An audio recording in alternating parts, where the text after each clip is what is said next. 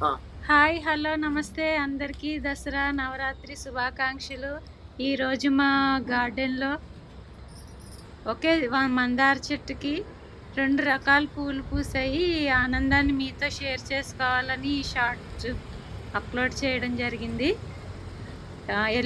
Yellow colour మందారం చెట్టుకి red colour పువ్వు పూసింది. ఇది చాలా ఆశ్చర్యంగాను, ఆనందంగాను కూడా అనిపించింది. ఇది మీ అందరితో షేర్ చేసుకుందామని ఈ షార్ట్ అప్లోడ్ చేస్తున్నాను. Please like and share. Thank you.